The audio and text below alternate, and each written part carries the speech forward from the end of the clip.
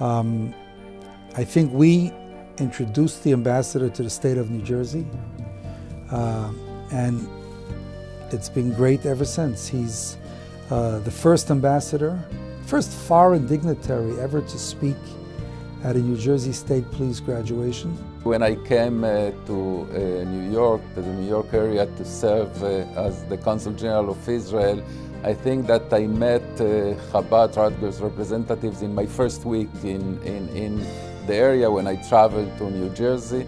And since then I have met Rabbi Karlebach, both son and father and son, innumerable times.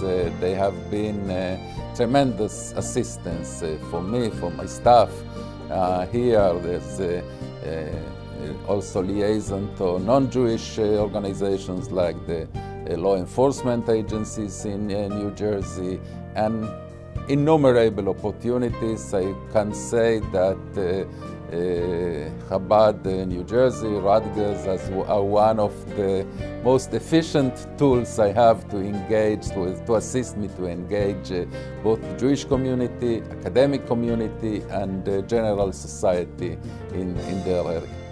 I share with them so many incredible moments of spirituality and of actual advocacy and activity for the State of Israel that it's difficult for me to imagine my activity here without them.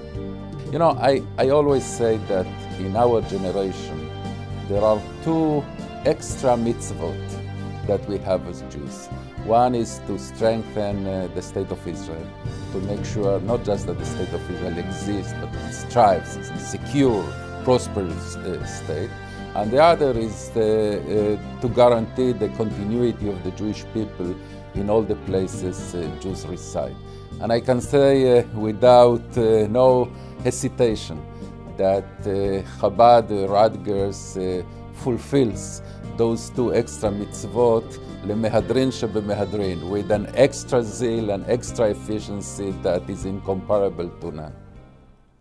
Ruthie is a queen.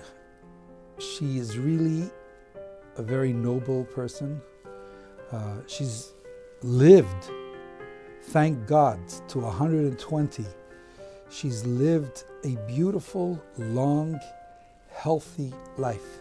Ruthie, over her lifetime, she worked hard. She was a government employee. She had her own store. She was an investor. And God blessed her with making the right decisions. I was brought up in a home that tzedakah was a household word, and it rubbed off on me without a doubt. My mother and father were very poor in the beginning, and if they had to put a nickel in the pushka every day, they did that. And how could it not have rubbed off on me? Well, I hope as long as I live, and I hope God is good to me, and so far He certainly has been, I will be connected with Chabad and Rabbi Karlebach. I think it teaches the people, young or old, a way of life, and gives them the advice and counsel that they wouldn't otherwise have if it weren't for Rabbi Karlebach. I have to tell you, I don't know whether to consider him as my brother, my father, my friend. He is so much a part of my life, and I have utmost respect for him and his advice to me. And I hope to feel that he feels the same way about me. How is it being a woman in a field that's dominated by men? I'm a mechanical engineering. I had no trouble with the competition. That's the right answer. We never officially created a program like we're creating now. Yair is the first alumnus to be honored at a dinner of Chabad House. And it's the beginning of a policy that we are putting into motion to have an alumnus honored every year at our dinner. And I want to thank Yair and all the alumni that are here for being part of something that will hopefully have tremendous future, and will be a very continued part of our Chabad House family. So my relationship with Chabad started when I was 14 years old. Chabad of Rutgers, my oldest brother went to Chabad, my other brother went to Chabad. It is the Jewish life at campus. There's a lot of organizations, but it all stems from the Chabad House. The nicest thing about Chabad House is that it's consistent. Every day there's a minyan, every day there's breakfast, every day there's lunch, every Shabbat there's something else. It's a very simple factor. You're Jewish, come here. Rabbi Shagalau was asking me to be honored here. So I asked him, what did I do? He said, you got everybody united. I said to Rabbi Shagalau and Rabbi Karlbach that you need the alumni and the ones that are building their careers need to be involved. You can't just be a freeloader your whole life and not give back.